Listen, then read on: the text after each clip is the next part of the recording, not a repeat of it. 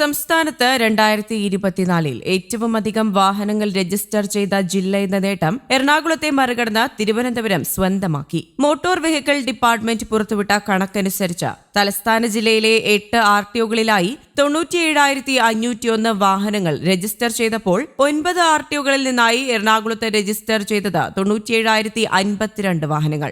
449 വാഹനങ്ങളാണ് എറണാകുളത്തേക്കാൾ കൂടുതലായി തലസ്ഥാനത്ത് രജിസ്റ്റർ ചെയ്തിരിക്കുന്നത്. 33,357 വാഹനങ്ങൾ രജിസ്റ്റർ ചെയ്ത തിരുവനന്തപുരം ആർടിഒ KL01 ആണ് സംസ്ഥാനത്ത് മുന്നിൽ. 24,798 വാഹനങ്ങളുമായി എറണാകുളം KL07 രണ്ടാം സ്ഥാനത്തെത്തി. തിരുവനന്തപുരം ജില്ലയിലെ നെടുമങ്ങാട് ആർടിഒ KL21 ആണ് മൂന്നാം സ്ഥാനത്ത്. 12,226 വാഹനങ്ങളാണ് ഇവിടെ രജിസ്റ്റർ ചെയ്തത്. തിരുവനന്തപുരം ജില്ലയിലെ മറ്റ് ആർടിഒകളുടെ കണക്ക് പരിശോധിച്ചാൽ അത് കഴക്കൂട്ടം 10,736, ആറ്റിങ്ങൽ 9,764, നെയ്യാറ്റിങ്കര 8,414, കാട്ടാക്കട 8,938, പാറശാല 8,046, വർക്കല 5,980 എന്നിങ്ങനെയാണ്. എറണാകുളത്തെ വിവിധ ആർടിഒകളുടെ കണക്ക് നോക്കിയാൽ ആലുവ 11,042, തൃപ്പൂണിത്തുറ 10,986, നോർത്ത് പറവൂർ 10,598, മൂവാറ്റുപുഴ 9,843, പെരുമ്പാവൂർ 9,776, മട്ടാഞ്ചേരി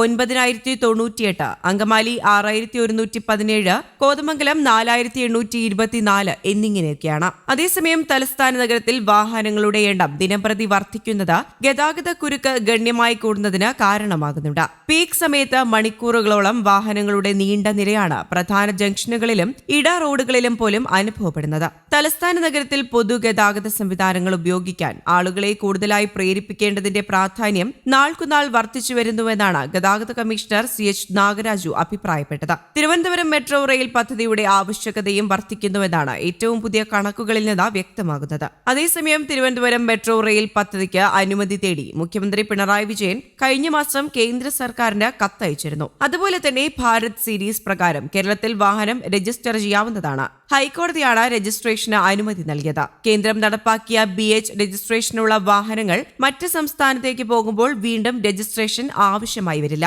സംസ്ഥാന രജിസ്ട്രേഷനുള്ള വാഹനങ്ങൾ 1 വർഷത്തിലധികം മറ്റൊരു സംസ്ഥാനത്ത് ഓടിക്കാൻ രജിസ്ട്രേഷൻ മാറ്റേണ്ടതുണ്ട്. ഒരു സംസ്ഥാനത്ത് നിന്ന് മറ്റൊരു സംസ്ഥാനത്തേക്ക് വാഹനം കൊണ്ടുവരുന്നതിനും അവിടെ ആ വാഹനം ഉപയോഗിക്കുന്നതിനും കടമ്പകൾ ഏറെയാണ്. ആ കടമ്പകൾ ഇല്ലാതാക്കുകയാണ് കേന്ദ്ര സർക്കാർ BH വാഹന രജിസ്ട്രേഷനിലൂടെ. നിലവിൽ ഒരു സംസ്ഥാനത്ത് രജിസ്റ്റർ ചെയ്ത വാഹനം മറ്റൊരു സംസ്ഥാനത്ത് ഉപയോഗിക്കുന്നതിന് നിയന്ത്രണങ്ങൾ ഏറെയുണ്ട്. ഉദാഹരണത്തിന് ഡൽഹിയിൽ രജിസ്റ്റർ ചെയ്യുന്ന വാഹനം കേരളത്തിൽ 12 മാസത്തിൽ കൂടുതൽ ഉപയോഗിക്കാൻ സാധിക്കില്ല. അങ്ങനെ ഉപയോഗിക്കണമെങ്കിൽ വാഹനം അവിടേക്ക് മാറ്റി രജിസ്റ്റർ ചെയ്യണം. ഒരു സംസ്ഥാനത്ത് നിന്ന് മറ്റൊരു സംസ്ഥാനത്തേക്ക് വാഹനം മാറ്റി രജിസ്റ്റർ ചെയ്യാൻ പല കടമ്പകളുണ്ട്.